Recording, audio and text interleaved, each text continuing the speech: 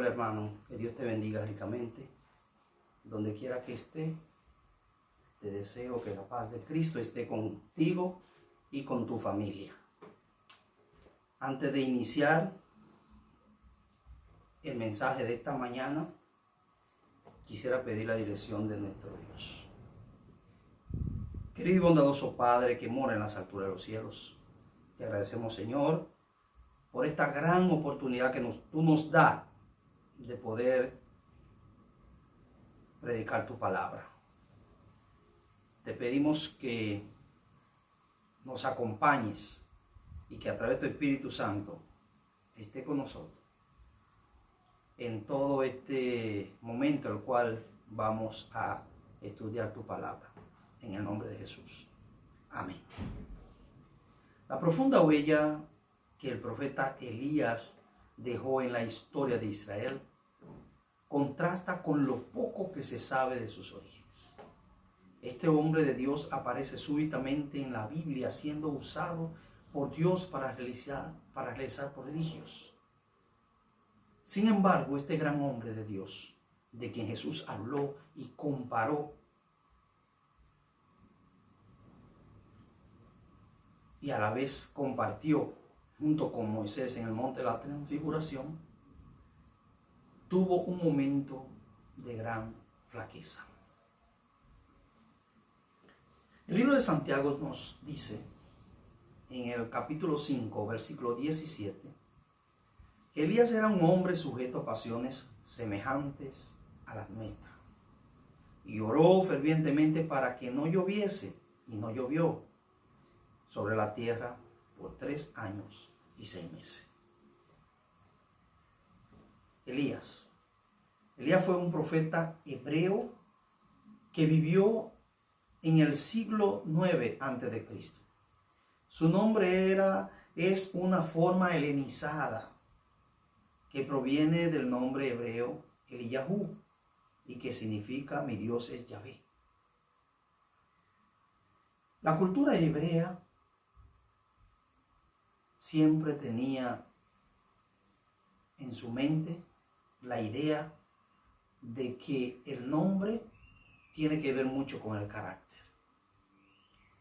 Y ahí vemos a un Elías, un hombre que verdaderamente su nombre indica que Jehová o que Yahvé es su Dios.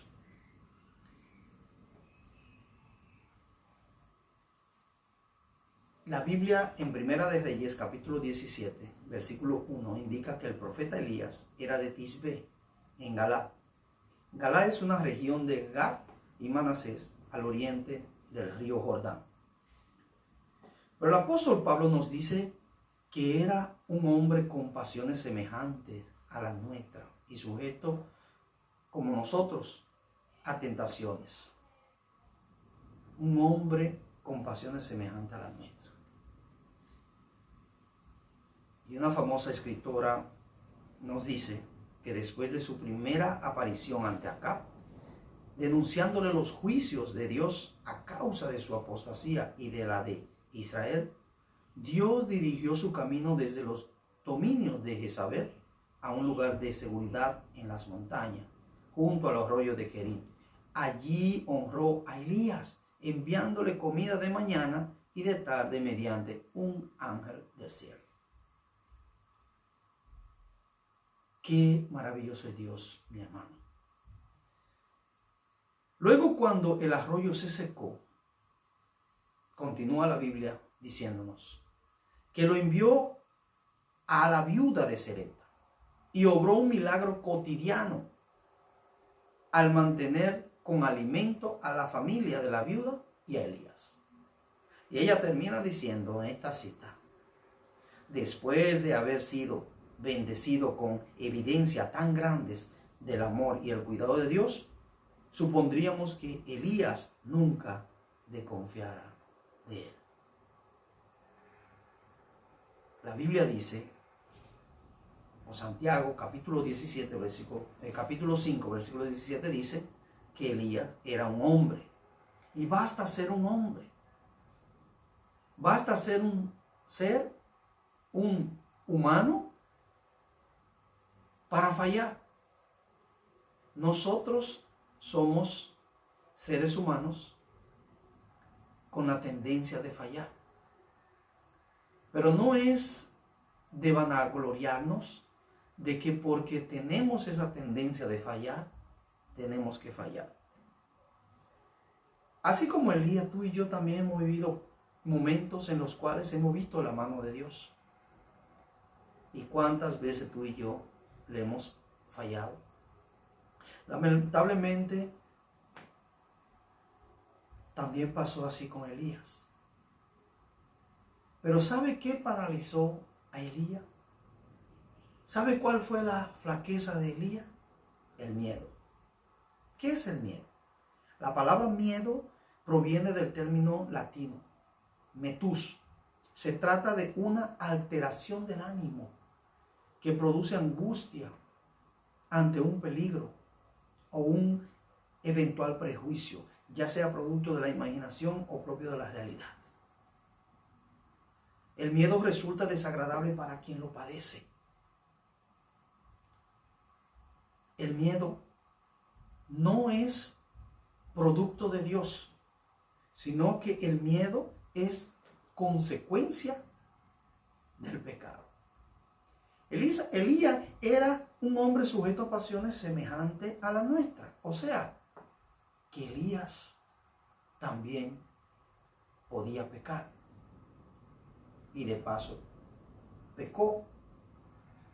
Después que Elías hubo mostrado ese valor indómito en una contienda entre la vida y la muerte, después que hubo triunfado sobre el rey, los sacerdotes y el pueblo, resumiríamos sobre todas estas cosas en forma natural que nunca podía ceder ante el desaliento ni caer en la timidez y miedo.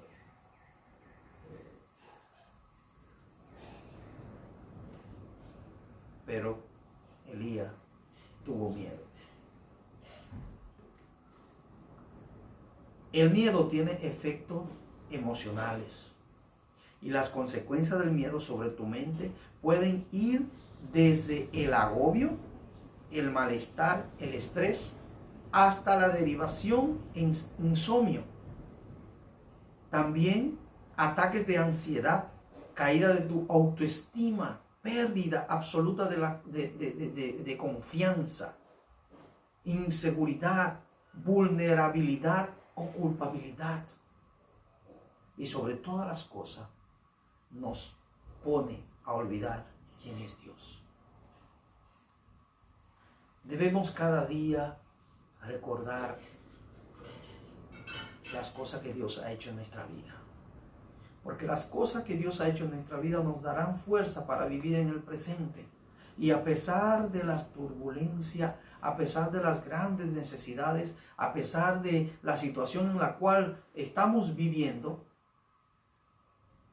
nosotros vamos a tener esa fuerza para seguir adelante. Hoy el mundo tiene miedo y no es un secreto para nadie. Nosotros estamos en este mundo, vivimos en este mundo, aunque no somos afiliados a la costumbre de este mundo, pero vivimos en este mundo, vivimos en un mundo de pecado. Los cristianos también experimentamos miedo. Hay muchos cristianos atemorizados, no saben qué hacer, están desesperados. El miedo lo ha arropado. Muchos están hasta llenos de duda. Elías era un profeta, un hombre de Dios, un mensajero de Dios, un hombre que estaba conectado con Dios. La Biblia nos enseña que Elías no tenía un poder extraordinario. Elías era un hombre común y corriente. Cuando Elías escuchó de Jezabel, la cual le había declarado a Acab que Elías no debía vivir. Y cuando vamos allá en Primera de Reyes, el capítulo 19, Primera de Reyes, el capítulo 19, los primeros versículos del 1 al 5, Primera de Reyes, el capítulo 19, los versículos del 1 al 5, dice la palabra de Dios: él tuvo miedo, se levantó y se fue para salvar su vida. Tuvo miedo, se levantó para salvar su vida. Muchas veces nosotros como cristianos decimos, como escribió el apóstol Pablo: para mí el morir es ganancia. Para mí el morir es ganancia. Y es verdad, el morir es ganancia. Pero nadie en esta vida está dispuesto a morir. Todos estamos aferrados a vivir. Hasta en la naturaleza podemos ver. Nadie quiere morir. Y el versículo sigue diciendo: vino a Berseba, que está en Judá, y dejó allí a su criado. Y él se fue por el desierto un día de camino, y vino y se sentó debajo de un enebro, y descansando y deseando morirse, dijo: basta ya, oh Jehová, basta ya, quítame la vida, pues no soy yo mejor que mis padres. Echándose debajo del enebro, quedó dormido. Hay momentos en la vida, hermanos, cuando verdaderamente, como creyente, tú también te sientes así. Y no es un pecado sentirnos así. Nosotros somos seres humanos. Y como había dicho y dice la palabra de Dios, con tendencia a pecar. Tenemos esa gran debilidad. Elías, con todo el conocimiento y toda la experiencia que tuvo en su vida, tuvo miedo. Y exclamó: oh Señor, quítame la vida, quítame la vida. Pero Dios es maravilloso, ¿sabe por qué? Porque Dios siempre hace las cosas a su debido tiempo. Dios es dueño de la vida y Dios quiere que nosotros vivamos bien. El deseo de Dios es que vivamos bien. Así que, hermano, cuando Elías estaba dormido esa noche, un mensajero despertó al profeta y le transmitió las palabras de Jezabel, dadas en nombre de sus dioses paganos. En la presencia, que dijo, en la presencia de Israel, le haría a Elías lo que él le había hecho a los sacerdotes de Baal. Elías debería haber enfrentado esta amenaza y juramento de Jezabel,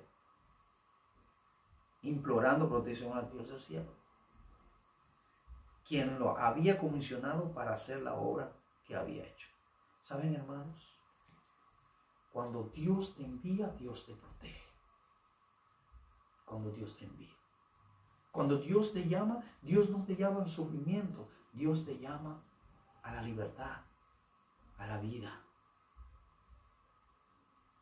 No hay nada en este mundo que pueda atemorizarte. Y aunque sienta miedo, clama a mí, dice la Biblia. Clama a mí, yo te responderé y te haré entender cosas grandes que tú no sabes.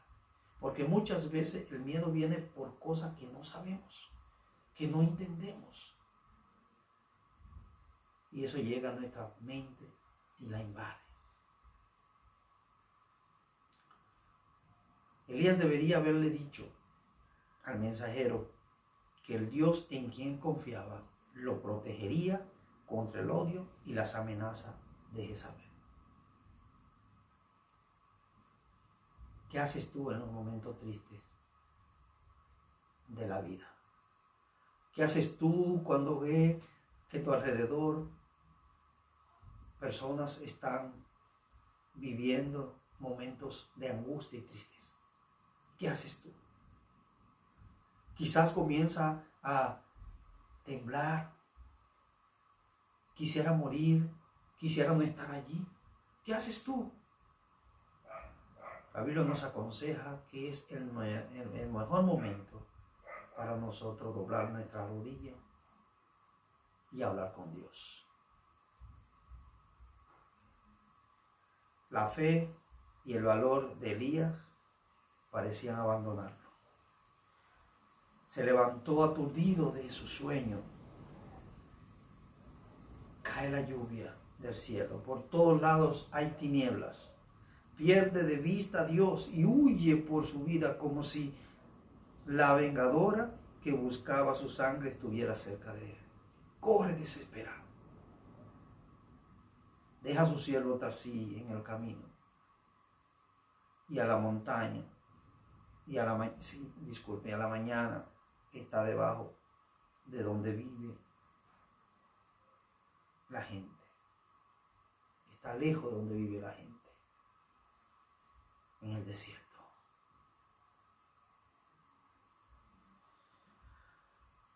El profeta se desanimó. Vuelvo y repito, ¿cuántas veces te has desanimado? ¿Te has sentido desilusionado? Quizá te ha preguntado, ¿vale la pena? Dios es bueno y comprende todas nuestras debilidades. Él puede compadecerse y amar cuando los corazones de los hombres pueden ser tan duros como el perdenal. Espera pacientemente y confía en Dios cuando todo parece oscuro. Mi hermano que me escucha, Elías debería haber confiado en Dios, quien le había advertido cuándo huir y dónde encontrar asilo del odio de Jezabel. Seguro estaba en la mano de Dios. Esta vez el Señor no le había indicado que huyera. Él no había esperado que el Señor le hablara tampoco. Actuó precipitadamente. Si hubiera esperado con fe y paciencia, el Señor habría escudado a su siervo y le había dado otra notable victoria en Israel al enviar su juicio contra Jezabel, dice una escritora amiga. Debemos escuchar la voz de Dios, pedirle al Espíritu Santo que nos ayude a poder entender la voz de Dios. Dios está hablando con sus hijos. Dios está hablando con nosotros, pueblo de Dios, iglesia de Dios. Dios quiere que escuchemos su voz, que escuchemos la dirección la cual Él quiere que nosotros marchemos. Muchos están atemorizados por los tiempos. Los discípulos de Jesús en el pasado también estaban atemorizados. Y un día por curiosidad se acercaron a Él, allá en el capítulo 24 de Mateo. Y le preguntaron cuándo estas cosas van a suceder y cuándo es la segunda venida. Y muchos están atentos y deseosos. Y cuando pasan estas cosas, muchos dicen, ya, el fin está cerca. Es el cumplimiento de todas las señales. Pero a través de todos los tiempos han visto señales, porque están profetizadas en la Biblia, en la palabra de Dios. Pero Jesús le dijo, todavía no es el tiempo. Esto es aún principio de dolores. Aún este es el comienzo, pero todavía no es el fin. Hay personas que están tan desesperadas y tan angustiadas que tiran todo por la barda del barco. Se desesperan. Quieren correr de aquí para allá. Y cuando no encuentran el camino, no encuentran la salida, entonces prefieren morir. Elías actuó precipitadamente. Dios tiene un tiempo para todas las cosas. Y el libro de Gálatas 4, versículo 4 dice que en la plenitud del tiempo Dios envió a su Hijo, nacido de una mujer. Dios tiene todo el tiempo controlado. Así que tú y yo no debemos desesperar, hermano. Debemos confiar en Dios. No deje que el miedo te paralice. El miedo nos aleja de Dios. Recuerda ya en Génesis capítulo 3, en el versículo 9 y 10. Dios, como de costumbre, salió una mañana muy temprano y quiso reunirse con Adán y Eva, corona de la creación. Y cuando Dios comenzó a llamar y la voz de Dios se esparció por todo el jardín del Edén, detrás de unos arbustos se escuchó la voz de Adán. Aquí estoy. Me escondí porque estoy desnudo. Me escondí porque estoy desnudo. Me escondí. Muchos hoy se esconden de Dios. ¿Por qué? Porque le tienen miedo. No debemos tenerle miedo a quien quiere hacer el bien, sino más bien debemos tenerle miedo a que quiere hacernos el mal. El miedo es producto del pecado. No debemos tener miedo de Dios. Debemos tener miedo de caer en pecado porque el pecado nos lleva a la muerte. Querido amigo que está viendo este mensaje, no permitas que las circunstancias de estos tiempos te intimiden. Continúa confiando en Dios. Él te ha comisionado para que sea un canal de bendición para otros. El miedo no puede paralizarte. Elías era un hombre con pasiones semejantes a la nuestra. No vea tus debilidades. Mira la fortaleza de tu Dios. Sigue adelante. Dios te dará la fuerza. Adelante. Que Dios te bendiga. Vamos a orar. Querido y bondadoso Padre que mora en las alturas de los cielos, te agradecemos, Señor, por esta gran oportunidad que tú nos das, que tú nos brindas esta mañana de sábado. Y te pedimos, Señor, que nos fortalezca a través de tu Espíritu Santo. Que sea la adversidad, o sea la situación cual sea, nosotros podamos hacerle frente en el nombre de Jesús. Y que así como Jesús triunfó, nosotros también podamos ser triunfadores. Gracias, Señor. Te pedimos y rogamos en el nombre de Jesús. Amén. Mi hermano querido, que la paz de Dios esté contigo.